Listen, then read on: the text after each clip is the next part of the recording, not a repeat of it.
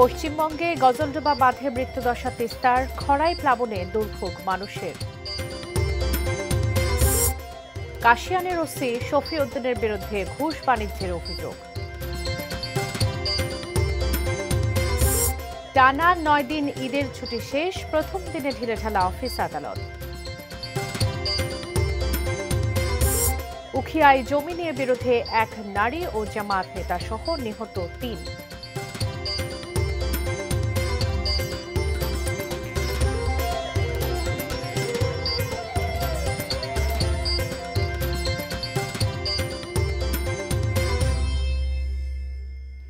দেখছেন ATN news. দেশের খবরে সবাইকে স্বাগত জানাচ্ছি, আমি বাবলি ইয়াসমিন। আকিস বশির গ্লাসের সৌজন্যে শিরোনামগুলো শুনছিলেন। বিস্তারিত। তিস্তার পানি উত্তরাঞ্চলে প্রধান মানবিক সমস্যার এক নাম।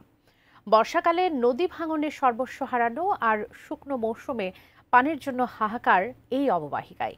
5 জেলায় বছরের পর বছর চলছে এই বিপর্যয়। পানির ন্যায্য হিস্যার দাবি এবং মহাপরিকল্পনা বাস্তবায়নের দাবিতে নতুন করে আন্দোলনে সেখানকার মানুষ। তবে ভারত না চীন, কিভাবে বাস্তবায়ন হবে তিস্তা মহাপরিকল্পনা? মনিরুল ইসলাম মিন্টুর 3 পর্বের ধারাবাহিকের আজ থাকছে প্রথম পর্ব। ছবি তুলেছেন আতাউর রহমান হিমেল। মোসাম্মদ জিন্না খাতুন, বয়স 80 পেরিয়েছে, কিন্তু নদী ভাঙনের শঙ্কা এই বয়সেও তাকে তাড়া করে ফেরে। কারণ তার জীবদ্দশায় অন্তত 9 বার তিস্তার ভাঙনে হয়েছেন বাস্তুহারা। সর্বশেষ স্থান হয়েছে লালমনিরহাটের তিস্তা রেল সেতুর বাঁধের উপর।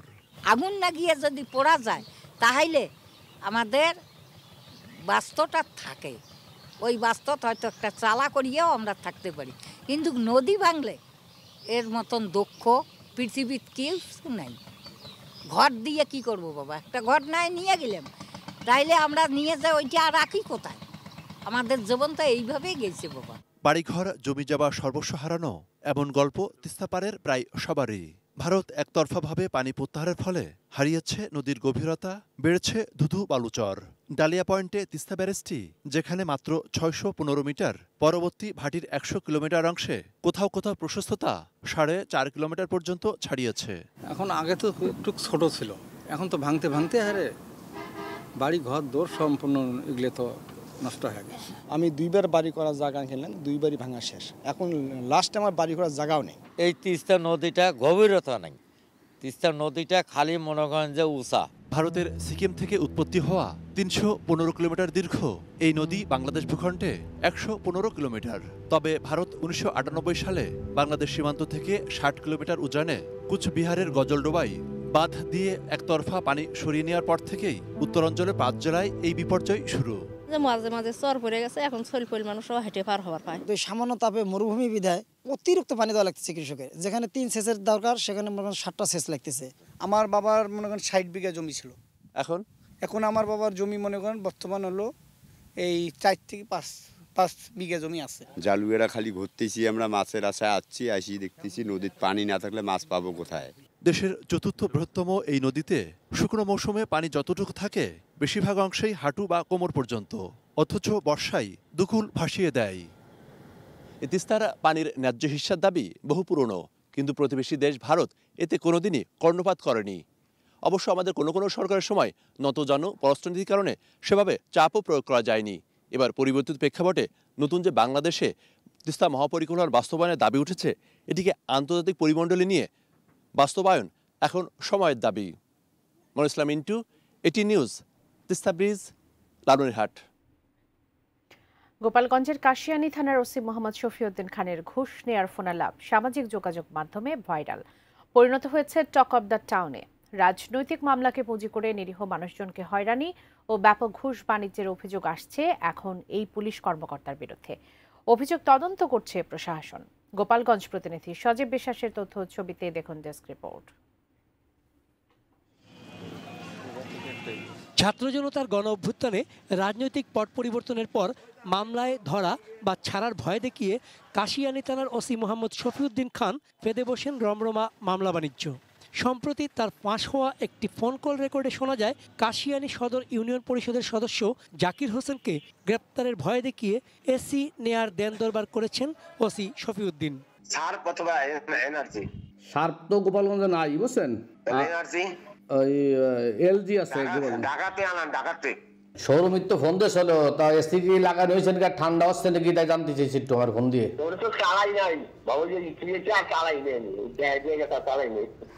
ও এমনি লাগানো হয়েছে স্যার, ভালো ভাই ইউপি সদস্য জাকির হোসেনের অভিযোগ, রাজনৈতিক মামলায় গ্রেপ্তারের ভয় দেখিয়ে ওসি শফিউদ্দিন বিভিন্ন সময়ে তার কাছ থেকে হাতিয়ে নেন বিপুল পরিমাণ অর্থ।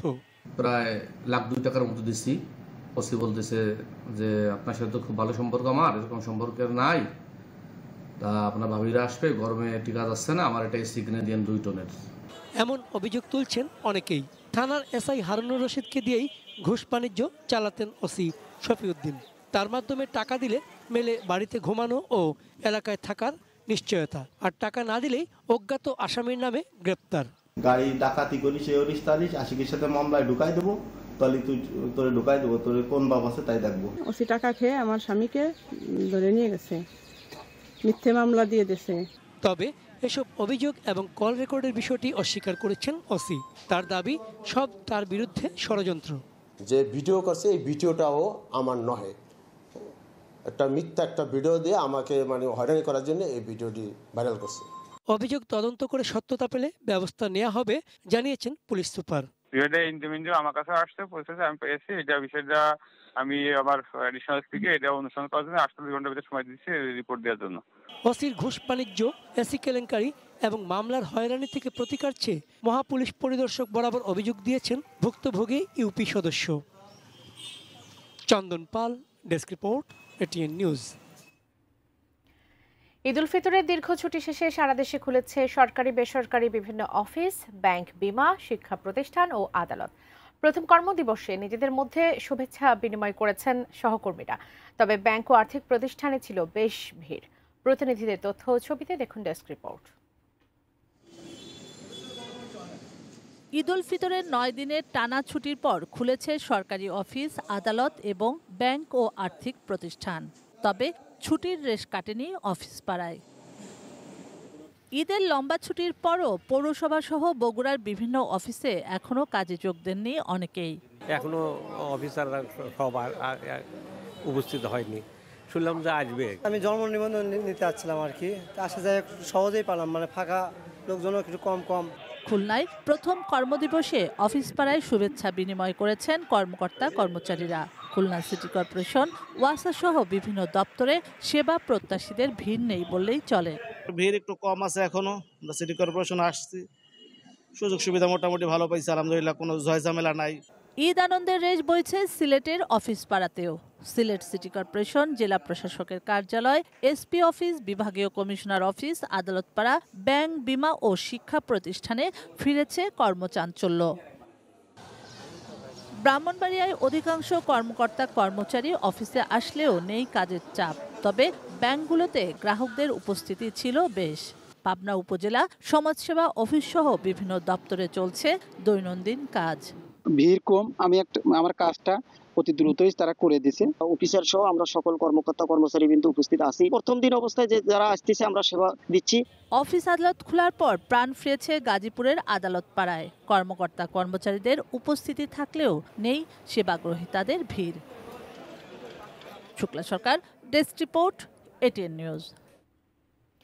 ব্রাহ্মণবাড়িয়ার অফিস পাড়ার খবর জানিয়েছেন পূর্বাঞ্চলীয় ব্যুরো প্রধান পীযূষ কান্তি আচার্য। ধন্যবাদ আপনাকে। টানা 9 দিন ঈদের ছুটির পর আজ থেকে কিন্তু সকল সরকারি বেসরকারি অফিস আদালত খোলা হয়েছে। আমি এখন আছি ব্রাহ্মণবাড়িয়া শহরের ভূমি অফিসে। সকাল থেকে আমরা এখানে দেখেছি যে সকল কর্মকর্তা কর্মচারী এখানে কিন্তু উপস্থিত ছিল এবং উপস্থিত থাকার কারণে এখানে যারা সেবা প্রত্যাশী আছে এই সেবা প্রত্যাশীরা অনেকটা কিন্তু সন্তোষ প্রকাশ করেছেন। আমি একজন সেবা প্রত্যাশীর সাথে কথা বলতে চাই। ঈদের ছুটির শেষ হওয়ার পর আজকে আসলাম, প্রথম দিন অফিস আসলে ভূমি উন্নয়ন কর দেওয়ার জন্য আসলে আমরা আসছি। মোটামুটি সেবার মান আলহামদুলিল্লাহ। আমি একটু কথা বলতে চাই এই অফিসের একজন অফিসের লোকের সাথে। প্রতিদিনের মতো যথেষ্ট পরিমাণ সেবাগ্রহীতা আছে। আমাদের কর্মকর্তা কর্মচারী এখন সকাল 9টা থেকে উপস্থিত আছে এবং সেবা দিয়ে যাচ্ছে। ধন্যবাদ। তিনি যেমনটি বলছেন সকল কর্মকর্তা কর্মচারী কিন্তু উপস্থিত আছেন এবং আপনি দেখতে পাচ্ছেন যে এই প্রথম দিনে কিন্তু সেবা গ্রহীতাদেরও এখানে কিন্তু যথেষ্ট ভিড় রয়েছে এবং তারা কিন্তু সেবা নিচ্ছেন। তো এই ছিল আমার কাছে ব্রাহ্মণবাড়িয়া থেকে সর্বশেষ। এ পর্যায়ে সময় হলো একটা বিরতি নেবার, ফিরে এসে আরো থাকবে।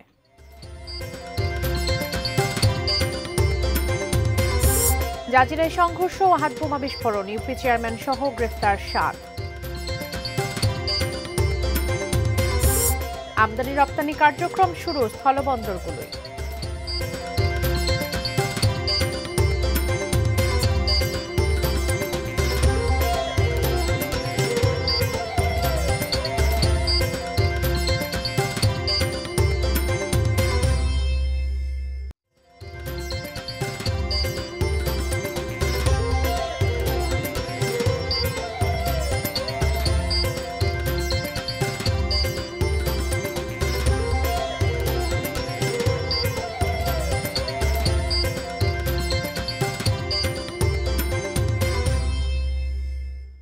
স্বাগত, আবারও দেখছেন দেশের খবর। নিজের জীবনের ঝুঁকি নিয়ে ডাকাতের কবল থেকে 40 জন যাত্রীর জানমাল রক্ষা করে প্রশংসায় ভাসছেন এক বাস চালক। ডাকাত দলের হামলায় গুরুতর আহত হওয়ার পরও চলন্ত বাসটিকে দক্ষতার সঙ্গে চালিয়ে যাত্রীদের নিরাপদ স্থানে পৌঁছে দেন বাস চালক রাকিব হাসান সোহেল। নোয়াখালী প্রতিনিধি ফয়জুল ইসলাম জাহানের তথ্য ছবিতে দেখুন ডেস্ক রিপোর্ট। এটি কোনো নাটক বা সিনেমার দৃশ্য নয়। ঈদের দিন রাতে কুমিল্লার লালমাই এলাকা থেকে নোয়াখালীগামী 21 পরিবহনের একটি যাত্রীবাহী বাসকে তাড়া করছিল 12-13টি মোটরসাইকেল। প্রায় 25 কিলোমিটার এভাবেই বাসটিকে ধাওয়া করে নম্বরবিহীন মোটরসাইকেলগুলো। বাসটিকে থামাতে না পেরে এক পর্যায়ে কুমিল্লার বিপুলাসার এলাকায় চালককে লক্ষ্য করে 2 দফায় ইট ছোড়ে ডাকাত দল। ডাকাত দলের হামলায় গুরুতর আহত হলেও দমে যাননি নোয়াখালীর সদর উপজেলার পূর্ব আওয়াজবালিয়া গ্রামের যুবক বাস চালক রাকিব হাসান সোহেল। হামলায় তার চোয়াল থেতলে যায়, ভেঙে যায় 2টি দাঁত। তারপরও শক্ত হাতে স্টিয়ারিং ধরে 40 জন বাসযাত্রীকে নিরাপদে নোয়াখালীর সুধারাম থানার সামনে পৌঁছে দেন। নোয়াখালী জেনারেল হাসপাতালে চিকিৎসাধীন এ চালক জানাচ্ছিলেন সেদিনের কথা। একজনে আগে দিয়ে ওভারটেক করে যায় মতো ইট নিয়ে দাঁড়া রয়েছিল। আমাকে মানে আঘাত করতে পারলে গাড়িটা তাহলে দাঁড় করা যাবে। দাঁড় করানো গেলে তখন গাড়ির সবকিছু মালামাল সবকিছু মানুষের সবকিছু নিয়ে যাবে। হামলার সময় ওই বাসের যাত্রী ছিলেন ঢাকার উত্তরার বাসিন্দা মোহাম্মদ হামিম। তিনি জানালেন সেদিনের ভয়াবহ অভিজ্ঞতার কথা। ড্রাইভার খুবই বিচক্ষণতার সাথে সে বামের মোড়টা নিয়ে আস্তে করে স্লো করে ডানের দিকে মুড়ে সে আবার চালু করে, আবার বাস থামায় নাই। সে তখনও কিন্তু গতি ছিল 100-র মতো। মানুষ হিসেবে উনি যেটা করছে এটা হচ্ছে মহত্বের একটা কাজ। তো সেটার জন্য আমরা তার জন্য আমরা নিজেরাই অনেক বেশি গর্বিত। তার ভালো ট্রিটমেন্টের জন্য আমার মনে হয় সকলের এগিয়ে আসা উচিত। বাস চালক সোহেলের মাথা ও চোয়ালে লেগেছে 31টি সেলাই, ভেঙে গেছে নিচের পাটির 2টি দাঁত। তবে তার অবস্থা উন্নতির দিকে বলে জানালেন চিকিৎসক। কিছুক্ষণ পর ওনার ভাইটালসগুলো দেখতেছি, ওনার ভাইটালসগুলো এখনো ভালো আছে। Blood pressure, pulse, respiratory rate, oxygen saturation এগুলো এখনো ভালো আছে। ডাকাত দলকে ধরতে অভিযান চলছে বলে জানালেন নোয়াখালী জেলা পুলিশ সুপার। শুক্লা সরকার, ডেস্ক রিপোর্ট, এটিএন নিউজ। কক্সবাজারের উখিয়ায় জমি নিয়ে 2 পক্ষের সংঘর্ষে এক নারী ও জামায়াতে ইসলামের এক নেতা সহ 3 জন নিহত হয়েছেন। আহত হয়েছেন কয়েকজন। দুপুরে উখিয়ার কুতপালং পশ্চিম পাড়ায় এই ঘটনা ঘটে। নিহতরা হলেন আব্দুল্লাহ মামুন, আব্দুল মান্নান ও তার বোন শাহিনা বেগম। আব্দুল্লাহ মামুন রাজাপালং ইউনিয়নের 9 নম্বর ওয়ার্ড জামায়াতে ইসলামের সভাপতি। নিহত 3 জন চাচাতো জ্যাঠাতো ভাই বোন। স্থানীয় ইউপি সদস্য হেলাল উদ্দিন জানান, মামুন ও মান্নানের পরিবারের মধ্যে ভিটে বাড়ির মালিকানা নিয়ে দীর্ঘদিনের বিরোধ। সকালে এক পক্ষ জমিতে দেয়াল নির্মাণ শুরু করে। এ নিয়ে প্রথমে তর্কাতর্কি এবং পরে দেশীয় অস্ত্রশস্ত্র নিয়ে উভয় পক্ষ সংঘর্ষে জড়িয়ে পড়ে। এতে দুপক্ষেরই কয়েকজন আহত হন। আহতদের কুতুপালং MSF হাসপাতালে নিয়ে গেলে চিকিৎসকরা 3 জনকে মৃত ঘোষণা করেন।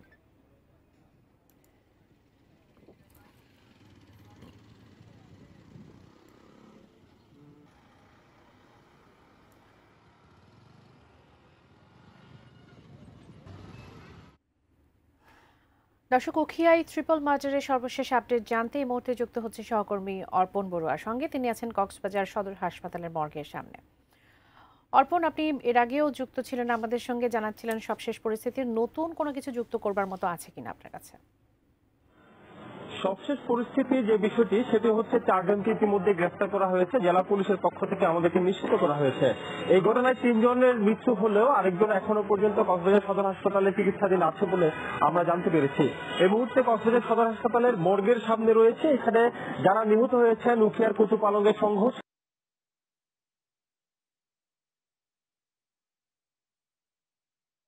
এবং তারা ঘটনার বর্ণনা তুলে ধরছেন। এখানে দেখতে পাচ্ছি যে এখানে যারা রয়েছেন আত্মীয় স্বজন যারা আছেন তারা আসলে কথা বলছেন গণমাধ্যমের সাথে, এবং আমরা এখানে দেখতে পাচ্ছি যে আজকে সকালের যে ঘটনাটি ঘটলো কক্সবাজারের উখিয়ার কুতুপালং পশ্চিম পাড়ায়, সেই ঘটনায় আসলে একটি দেয়াল নির্মাণকে কেন্দ্র করে প্রতিপক্ষের হামলায় ঘটনাস্থলেই 3 জন গুরুতর আহত হয়। পরবর্তীতে তাদেরকে কক্সবাজারের উখিয়ার যে হাসপাতালটি রয়েছে হাসপাতাল, সেখানে নিয়ে যাওয়া হলে 3 জনের মৃত্যু হয়ে বলে আমরা জানতে পেরেছি। এই মুহূর্তে আমরা একটু দেখতে পাচ্ছি যে নিহত যারা হয়েছেন তাদের স্বজন এখানে আসলে কথা বলছেন। মহিলা যদি মহিলা যদি দেখতে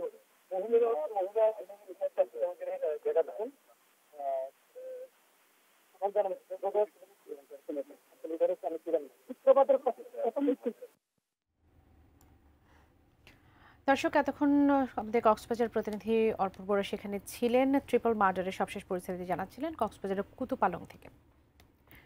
সময় হলো আরো একটি বিরতি নেবার, ফিরছি একটু পর, সঙ্গে থাকুন।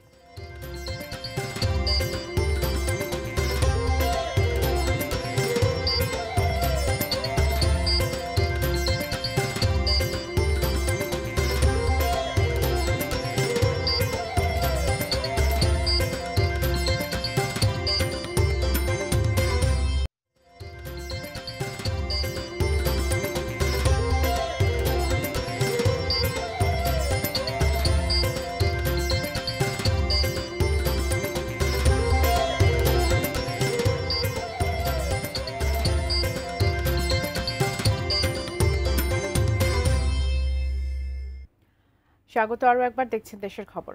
শরীয়তপুরের জাজিরায় আধিপত্য বিস্তারকে কেন্দ্র করে দুই পক্ষের সংঘর্ষ ও শতাধিক হাতবোমা বিস্ফোরণের ঘটনায় পুলিশের করা মামলায় 7 জন গ্রেফতার হয়েছে। জাজিরা থানার ওসি দুলাল আখন্দ জানান, আজ পুলিশের একজন এসআই বাদী হয়ে 88 জনের নামে মামলা দায়ের করেন। মামলায় অজ্ঞাত পরিচয় আসামি আরও 1000। এখন পর্যন্ত প্রধান অভিযুক্ত কুদ্দুস ব্যাপারী সহ 7 জনকে গ্রেফতার করেছে পুলিশ। বিলাসপুর ইউনিয়নের চেয়ারম্যান কুদ্দুস ব্যাপারী ও স্বেচ্ছাসেবক লীগ নেতা জলিল মাতবরের সমর্থকদের মধ্যে আধিপত্য বিস্তার নিয়ে দীর্ঘদিন ধরে বিরোধ চলমান। এ নিয়ে কয়েকবার তাদের মধ্যে সংঘর্ষের ঘটনা ঘটে। গতকাল সকালে দুর্বাডাঙ্গা এলাকায় একটি তুচ্ছ ঘটনাকে কেন্দ্র করে তারা আবারও সংঘর্ষে জড়ায়।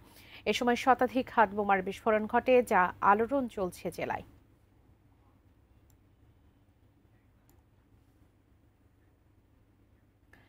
টানা 9 দিনের ছুটি শেষে খুলেছে দিনাজপুরের হিলি, চাঁপাইনবাবগঞ্জের সোনা মসজিদ বন্দর সহ বিভিন্ন স্থলবন্দর। আমদানি রপ্তানি বাণিজ্য স্বাভাবিক হওয়ার পাশাপাশি চালু হয়েছে বাংলাদেশ ভারত 2 দেশের যাত্রী পারাপারও।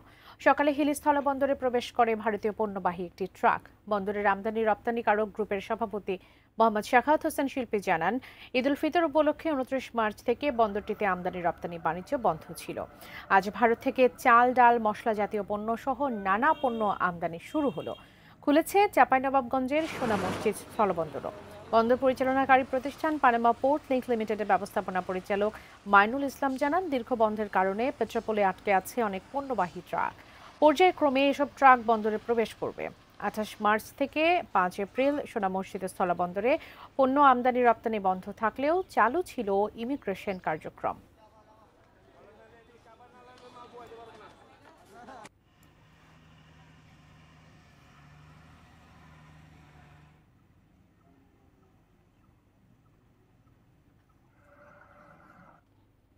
দেশের খবর শেষ করার আগে আকিজ বশির গ্লাসের সৌজন্যে শিরোনামগুলো জানিয়ে দিব আরও একবার। পশ্চিমবঙ্গে গজলডোবা বাঁধে মৃত্যুদশা তিস্তার, খরায় প্লাবনে দুর্ভোগ মানুষের। কাশিয়ানীর ওসি শফিউদ্দিনের বিরুদ্ধে ঘুষ বাণিজ্যের অভিযোগ।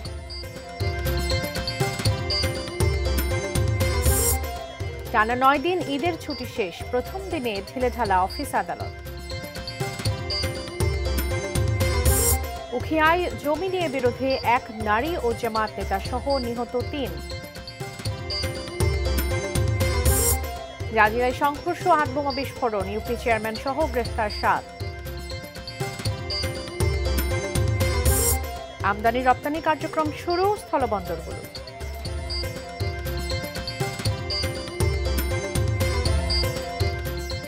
এই ছিল দেশের খবর। এতক্ষণ সঙ্গে থাকার জন্য ধন্যবাদ সবাইকে।